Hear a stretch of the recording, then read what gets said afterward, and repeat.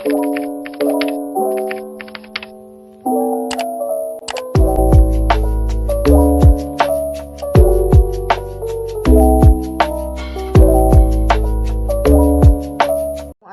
warahmatullahi wabarakatuh. Perkenalkan, nama saya Siti Horijah Rangkuti, Prodi PGMI 1A, NIM 22160012.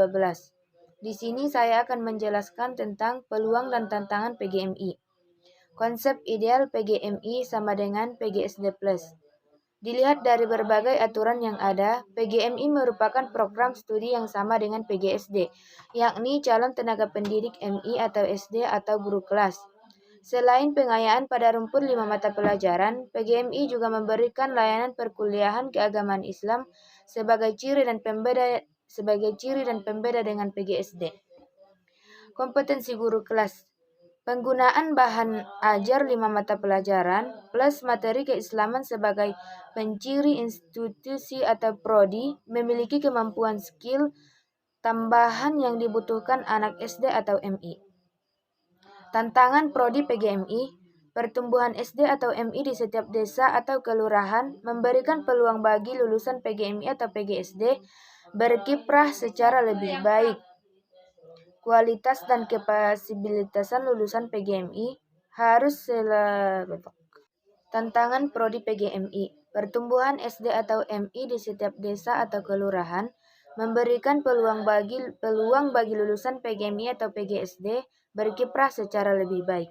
Kualitas dan kapasibilitas lulusan PGMI harus serelevan dengan tuntutan kebutuhan masyarakat global atau kompetensi abad 21. Minimnya daya dukung sepras atau laboratorium pendidikan dasar berimplikasi pada indahnya mutu pembelajaran. Standarisasi kurikulum PGMI yang kurang merata berimplikasi pada mindset berbeda tentang profil lulusan, capaian pembelajaran lulusan, dan bahan ajar yang tidak sesuai. Dengan pembelajaran, tingkat literasi kita masih rendah jika dibandingkan dengan negara-negara tetangga. Berdasarkan rilis World Bank, masyarakat Indonesia secara fungsional sebesar 55,4% masih memiliki kemampuan literasi rendah. Sungguh pun mereka mampu membaca, sejatinya mereka belum mampu memahami konten dari suatu bacaan. Angka ini bahkan lebih rendah dari negara Vietnam sebesar 13,9%. Skor dari Programme for International Student Assessment atau VISA tahun 2019 menunjukkan bahwa kemampuan literasi siswa kita berada di ranking 72 dari 78 negara yang berpartisipasi dalam program tersebut. Beberapa aspek dari penilaian program ini adalah asesmen pada mata pelajaran reading, sains, dan matematika. Disrupsi pada dunia pendidikan merupakan konsekuensi dari munculnya era-era revolusi industri. Ciri utama pendidikan dalam revolusi industri adalah pemanfaatan teknologi digital dalam proses belajar mengajar, sehingga pewarisan ilmu pengetahuan dan kompetensi dapat berlangsung secara kontinu tanpa selalu bertatap muka di kelas. Sumber atau source. Kementerian Pendidikan Kebutuhan Riset dan Teknologi Sistem Data Pokok Pendidikan, data semester ganjil, laporan sampai dengan 30 November 2021. Era baru. Era baru merupakan era di mana terdapat karakteristik industri dan COVID-19 yang menumbuhkan perubahan distributif dalam kehidupan manusia.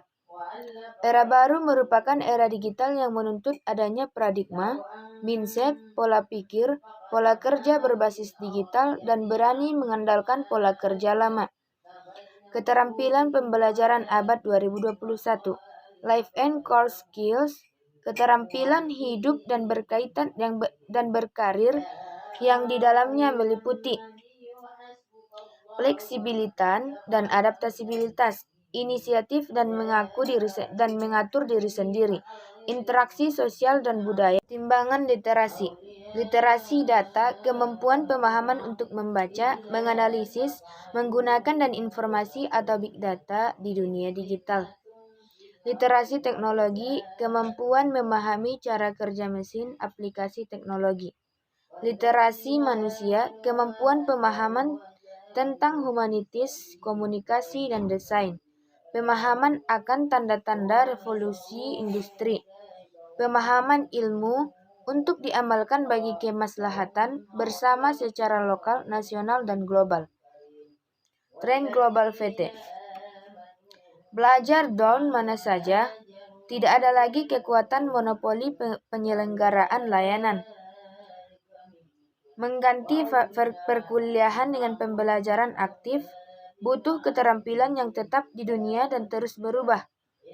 Mendesain ulang proposisi nilai PT bukan sekedar transfer, tapi juga inspirasi dan pengembangan jejaring.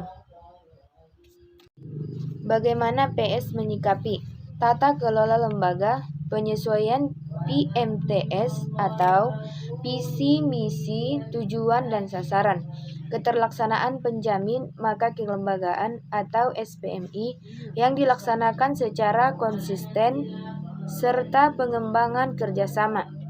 Sistem informasi, handwork, software terkait sistem informasi administrasi, pembelajaran dan perpustakaan. Peningkatan mutu SDM atau dosen, tenaga kependidikan dan mahasiswa. Penyesuaian kurikulum dengan kebijakan KKNI atau Kerangka Kualifikasi Nasional Indonesia SNPT dan implementasi MBKM atau Merdeka Belajar Kampus Merdeka. Sekian yang dapat saya sampaikan.